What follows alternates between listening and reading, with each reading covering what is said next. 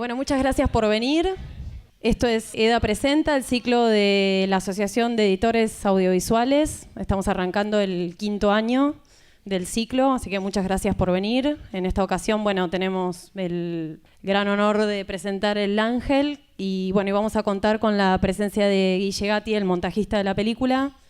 Luis Ortega, el director de la película, no va a poder venir hoy porque bueno, está siendo padre en este momento, así que es imposible que venga. Pero bueno, esperemos que disfruten de la película y vamos a tener una charla más tarde y pueden hacer preguntas. Gracias.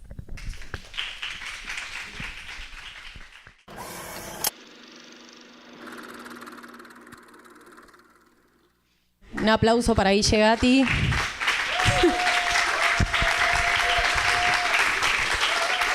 Gran trabajo. Adelante.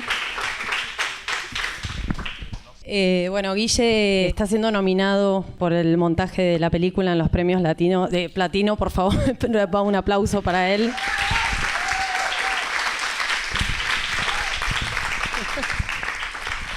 Bueno, además es el expresidente de la asociación, así que también nos complace mucho tenerte acá en el ciclo.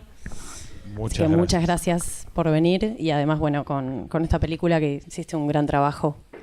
Yo voy a hacerle algunas preguntas, pero también ustedes pueden, en el momento que les resulte pertinente, pueden preguntarles cosas a Guille. ¿Cómo fue tu primera intervención en la película o en el proceso de la película? ¿Desde cuándo fuiste convocado? La primera vez que supe que existía la idea de hacer la película, yo estaba trabajando con Luis en Historia de un Clan, que ahí nos fuimos conociendo, y un día en un almuerzo me empezó a contar que estaba fascinado con la historia de Robledo, y que uno de sus co-guionistas, que es uno de los mejores amigos de Luis, que es Rodolfo Palacios, lo había entrevistado un montón. Tiene un libro que es El Ángel Negro y me contó toda la historia. Quedó ahí y yo sabía que estaba laburando en eso y 2 años después ya habíamos hecho Historia de un Clan y habíamos hecho algunos capítulos del Marginal con Luis. Me enteré que se iba a hacer la película y básicamente me convocó. Hay un grupo de gente de Underground que está, no veo nada de acá, pero el Colo Fisner, que es el camarógrafo de Luis de siempre, yo y Julia Frey, que es la directora de arte, que íbamos con el paquete de Luis. Y eran las 3 personas que quería él sí o sí que estemos, y así que nada, llegué ahí. Bien.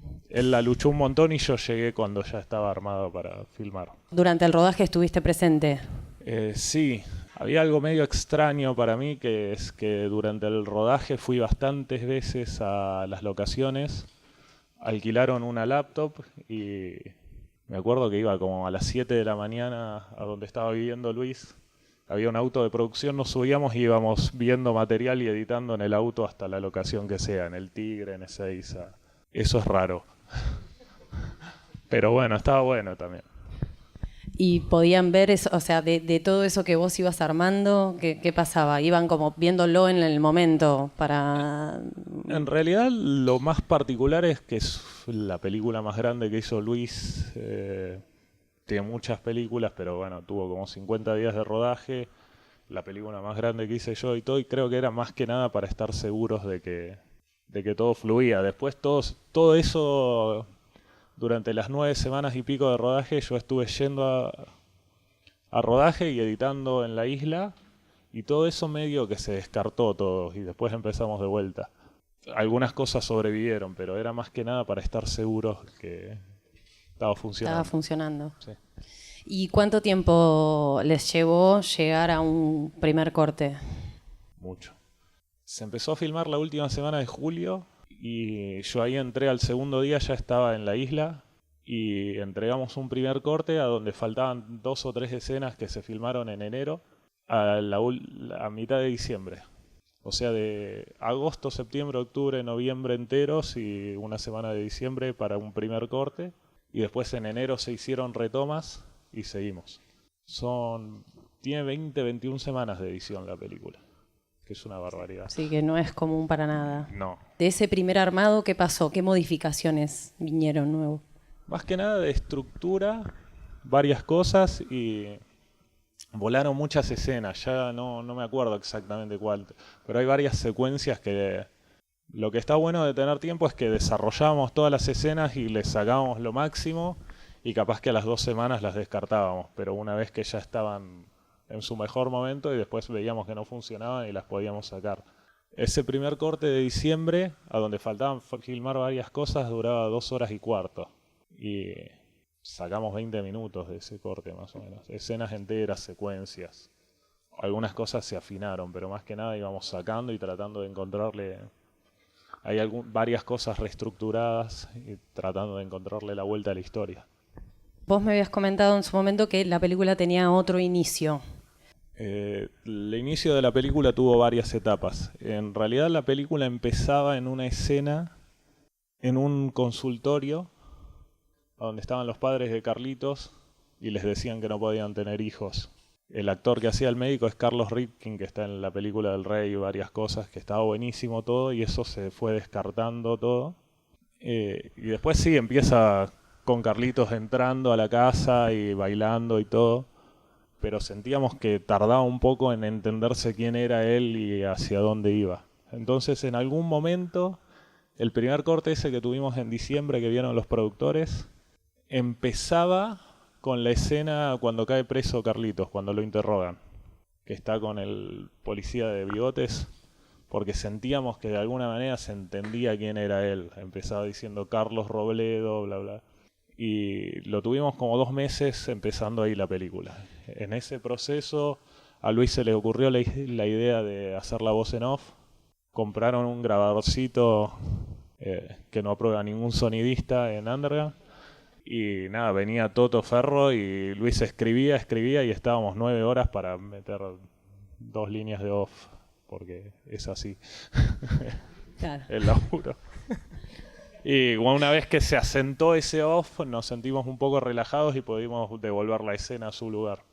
Para que la película, sentíamos que ya fluía y que no teníamos que hacer algo que de repente que sentíamos que era mentiroso empezar con una escena. Se hace mucho traer una escena del final o del tercer acto al inicio de la película para ganar la confianza del espectador. ¿Quieren hacer alguna pregunta?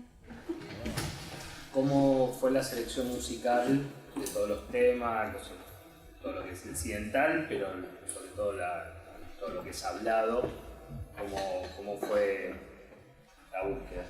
Y tuvo un proceso, en el guión ya había un par de temas. En el guión ya estaba, bueno, obviamente el extraño de pelo largo estuvo siempre. En el guión estaba La Casa del Sol Naciente, estaba.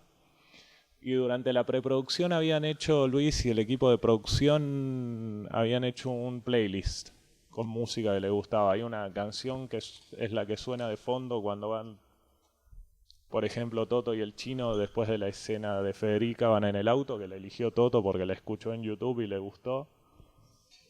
Y está bueno eso. Y eran todas de época.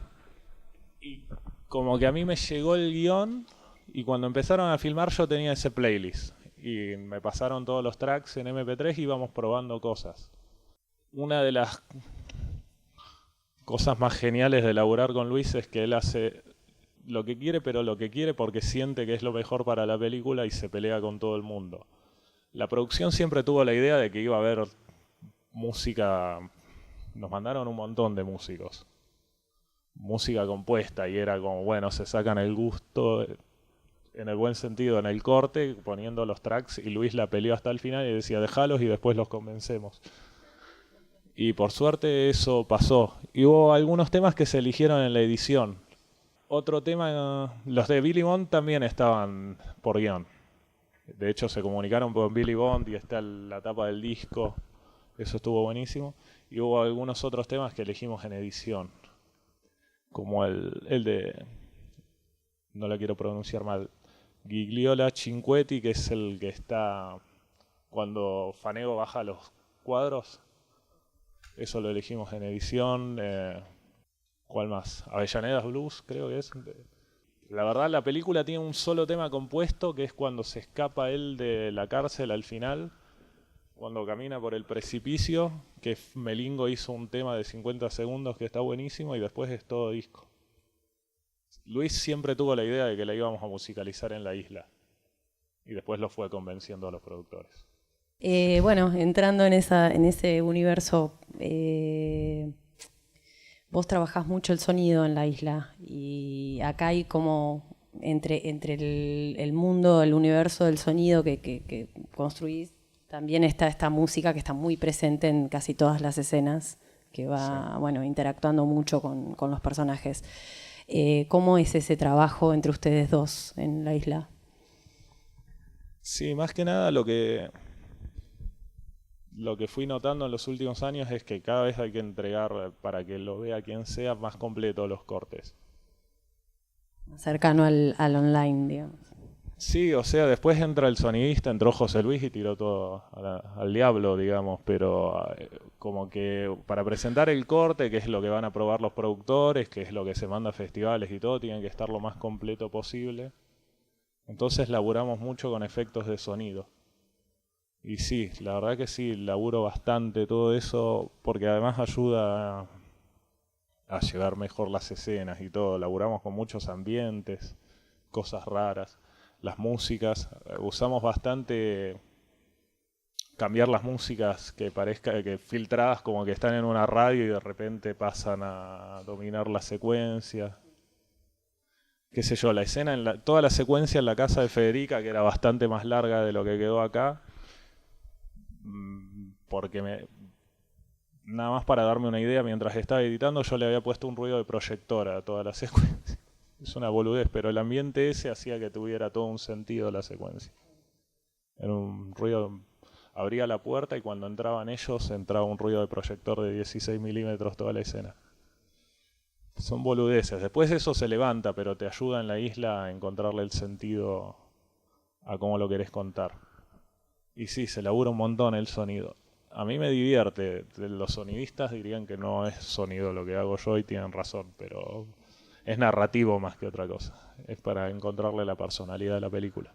Sí, toda la secuencia desde que él incendia el auto, que a partir de ahí, digamos, me parece que empieza como la demencia a crecer. Todo eso, de alguna manera, entiendo que había una idea preliminar, obviamente, pero tiene como mucho power en la película a partir de ahí, toda esa transformación del personaje. Hasta el choque, decís, todo eso. Claro, o sea, que empiezan a desatarse, su locura empieza a ser como más evidente. Eso como con la música, digo, y todo esto, como ¿siempre fue así esto o lo fueron...? Sí, la Casa del Sol Naciente estaba en el guión, la versión de Palito.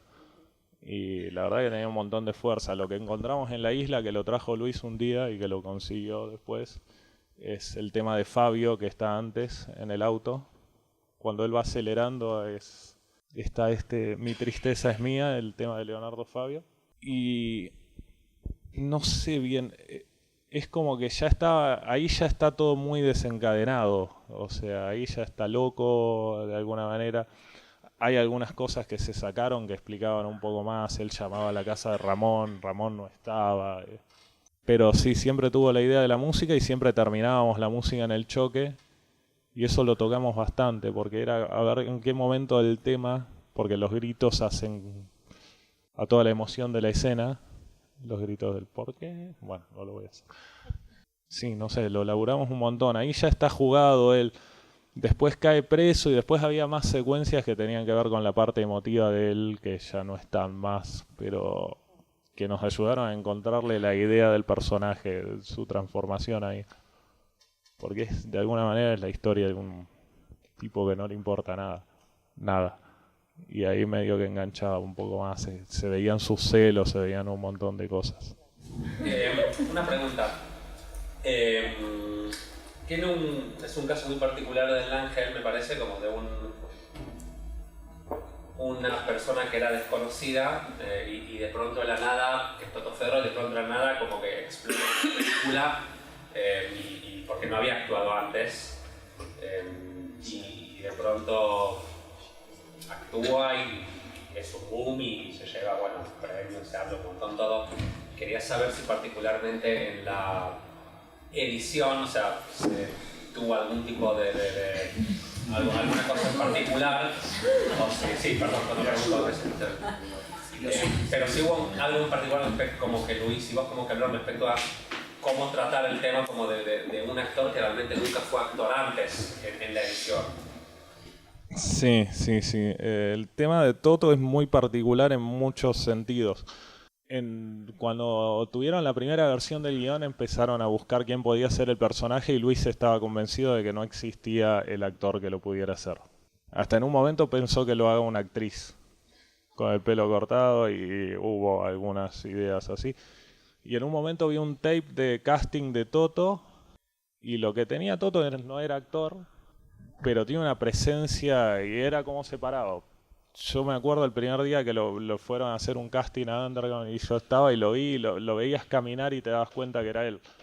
No actuaba en ese momento, pero era él y Luis se convenció de que era él y había que hacerlo con él y si no, no hacía la película así. Eso es lo mejor que tiene Luis. O sea, no, hagámoslo con no me gusta, ¿lo hacemos con Toto o no lo hacemos? Sí, va por todo. Está muy bien. Y bueno, sí, hubo que laburarlo mucho en la isla, pero lo que tenía Toto, que no, quizás un actor más profesional o más experimentado no te podía dar, es cómo se paraba y cómo miraba, que es lo que más nos interesaba a la hora de laburarlo a él.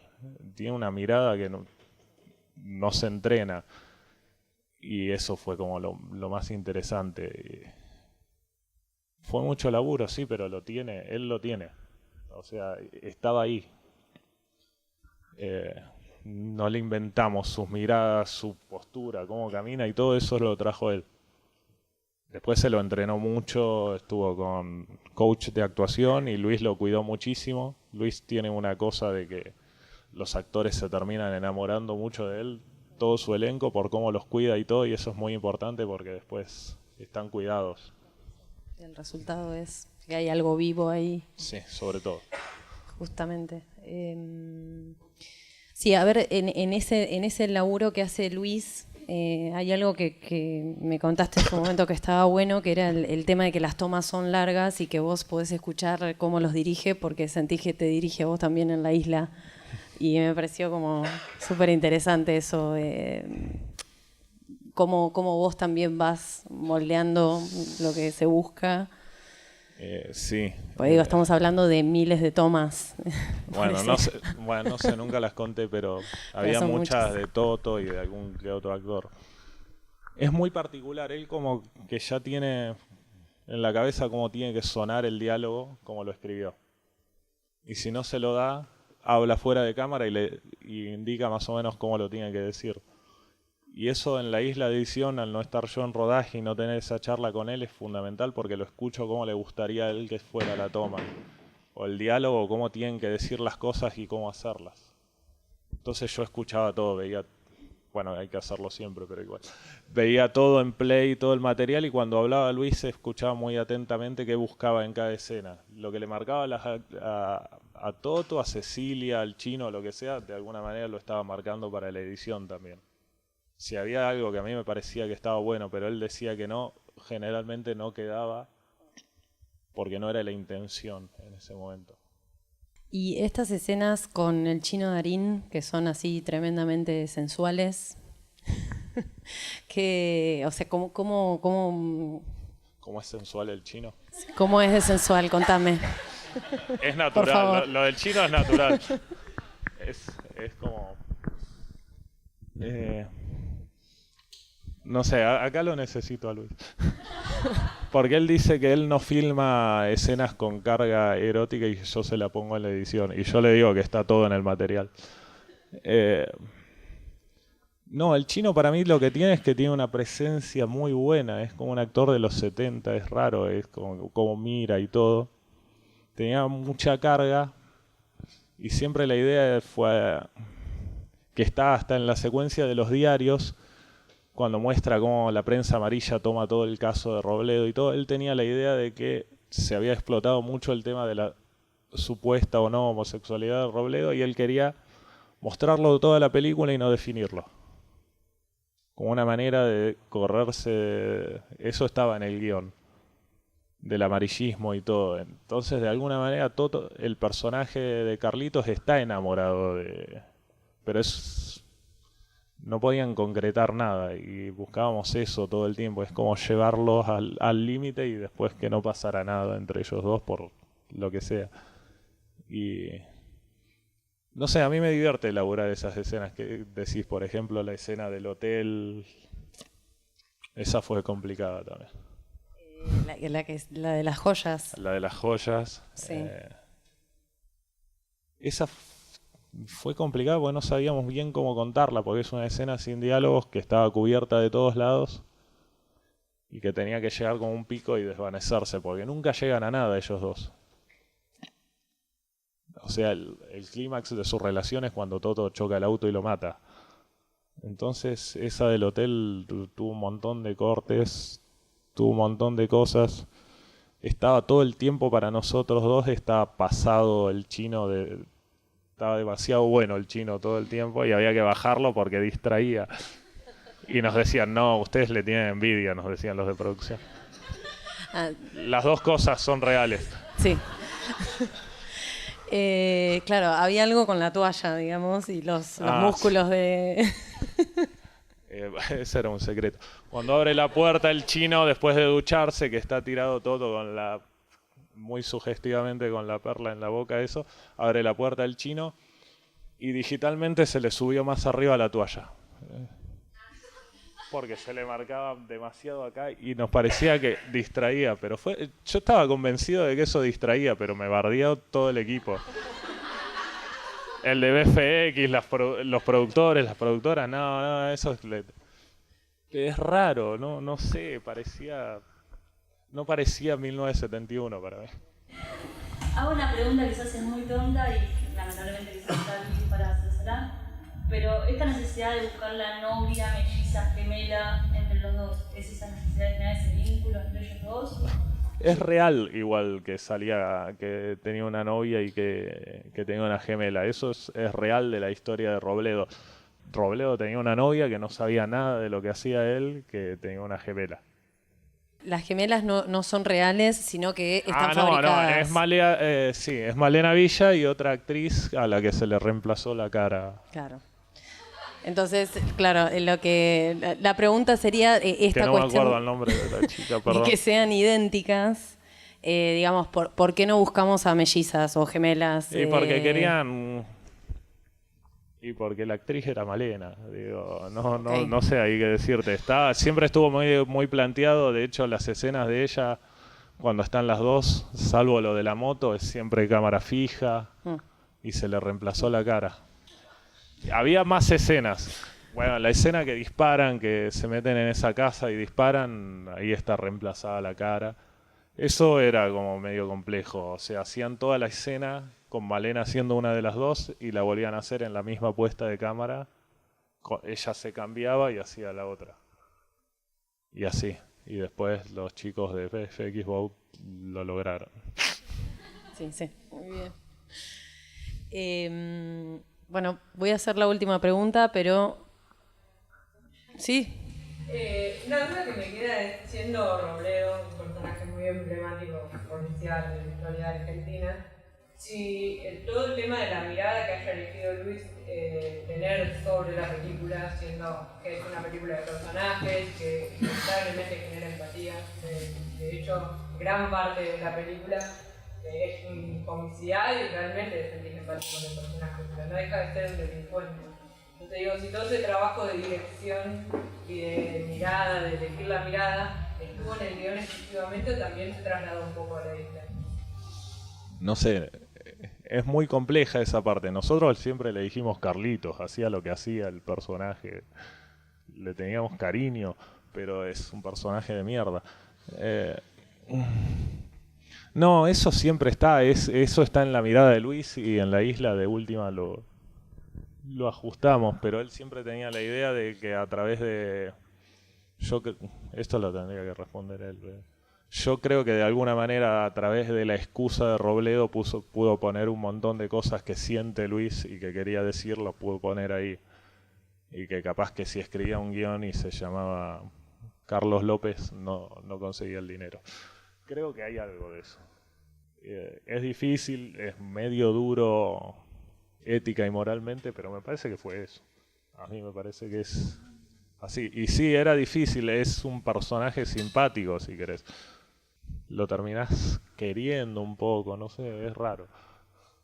Sí, hubo críticas que por ese lado la hicieron pelota a la película, pero bueno, nada. Era la idea de Luis, que él quería decir un montón de cosas que están. Claro, por ejemplo, la escena de la joyería, lo que dice Carlitos, eso es Luis, puro. Todo lo que dice, estamos vivos y ese tipo de cosas. Disfrutar. Sí. Eva y Perón. Sí. Bueno, y la última pregunta para mí es la escena que disfrutaste o no disfrutaste editar, o la escena que más desafíos te presentó en la película. Disfrutar bastantes, pero es raro, tiene muchas escenas de acción que no son lo más complicado. La escena más difícil para mí es la del sótano cuando Carlitos conoce a los padres de Ramón. Que esa escena eran, no me acuerdo ahora exacto, pero eran 5, 6 o 7 páginas de diálogo. Con el diálogo como lo quiere Luis, que tiene que ser todas las comas y todo así. Entonces yo le tenía como un poco de terror ya desde que leí el guión a la escena. Y cuando la grabaron se cubrieron muchísimo, la hicieron a 2 cámaras, entonces había como 2 horas y media de material. Y la iba esquivando. Yo laburé con un equipo muy bueno y Juan Pablo Menchón, que hizo la asistencia, lo que hizo ahí es que había hecho una impresión de cada uno de los ángulos de las 2 cámaras y lo pegamos en la isla y te era una fotito de cada uno de los ángulos para que me ubicara un poco. Hice un armado larguísimo de 6 minutos y esa es la que más sufrimos. Y en un momento cuando sentíamos que no encontrábamos la película, la desculamos por esa escena. Cuando le encontramos la vuelta a esa escena tiene un efecto especial, como diría mi mamá, un VFX, que es que el personaje de Morán bajaba mucho después. Está puesta digitalmente, o sea, el plano de ella... Carlitos ahí los tiene que seducir a los padres y si eso funciona toda la dupla criminal. Si sentíamos que no funcionaba nada de lo que seguía en la película. Y se nos caía, entonces decidimos que capaz que estaba bueno que llegara antes Mercedes para mantener la atención, que aparezca otro personaje. Entonces pusimos el plano de ella bajando y después en el plano general está añadida digitalmente para que escuche. Todo el diálogo entre Fanego y Toto era ellos 2 solos, con el chino mirando y la trajimos antes. Esa fue un parto, toda la escena esa. Todas las de diálogo fueron muy difíciles. Mucho diálogo. Tienen una última oportunidad. Si quieren preguntar es ahora. Yo tengo una duda. Más que nada hay una escena, un diálogo en lo que sería el tráiler de la película, en la que el personaje de Carlitos le dice a Ramón: y pensar que yo fui un bebé, y el otro le responde: y ahora sos un hijo de puta. Mi pregunta es, ¿cómo fue esa escena y por qué decidieron sacarla, no ponerla en la película, digamos? Es una excelente pregunta. La película tuvo 2 cortes finales, digamos. El que fue a Cannes duraba 10 minutos más que esta, que tiene una secuencia de un robo, que se roban un auto, que era divertida pero que no quedaba, y que cuando volvió Luis la sacamos. Y esa secuencia hay un hecho que es por el que es muy famoso Robledo, que es que le disparó a la cuna de un bebé. Eso se filmó, y ahí está esa parte. Esa secuencia está buenísima, duraba como 8 minutos, pero sentíamos que tiraba muy abajo la película. Fue muy oscuro todo lo que pasaba. Si él le disparaba, le volaba, no me acuerdo ahora, porque no llegamos ni a hacer los efectos porque era como que toda la gente que la veía se iba de la película, mentalmente. No podía seguir con todo lo que pasaba después. Estaba buenísima, era muy oscura. Básicamente sí, estaban ellos 2, Carlitos se iba y Ramón hacía algo, había una mujer durmiendo, era todo muy tremendo. Y en un momento, sí, Carlitos le disparaba a una cuna y no le hacía nada al bebé, pero le volaba un pedazo de la cuna. Y eso lo hicieron con 2 bebés, eso es tremendo. Lo hicieron con mellicitos de 1 año y pico, y no hay que hacer eso con chicos, por los padres sobre todo, no por la producción, ya que los prestan, y eran como... Fue toda una jornada de rodaje que toda la jornada era 2 bebés llorando todo el tiempo. que entraba la gente a la isla y se iba, porque era el llanto de los bebés, porque había un montón de freaks con luces y todo mirando a los bebés. Y era muy oscura, no había manera de recuperar, tardabas mucho en volver a engancharte con la historia. Básicamente pasó eso. La secuencia por sí sola es genial, pero no quedaba en la película. ¿Y hubo más escenas así que se eliminaron o...?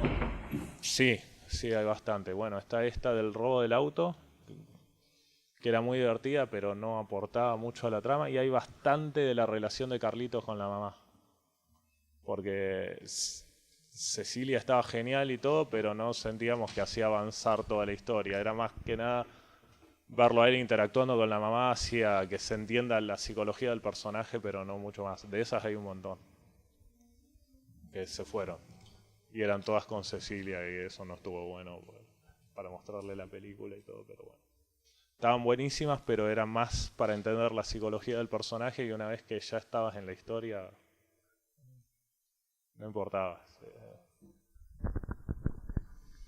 Bueno, Guille, muchísimas gracias por Gracias a esto. ustedes.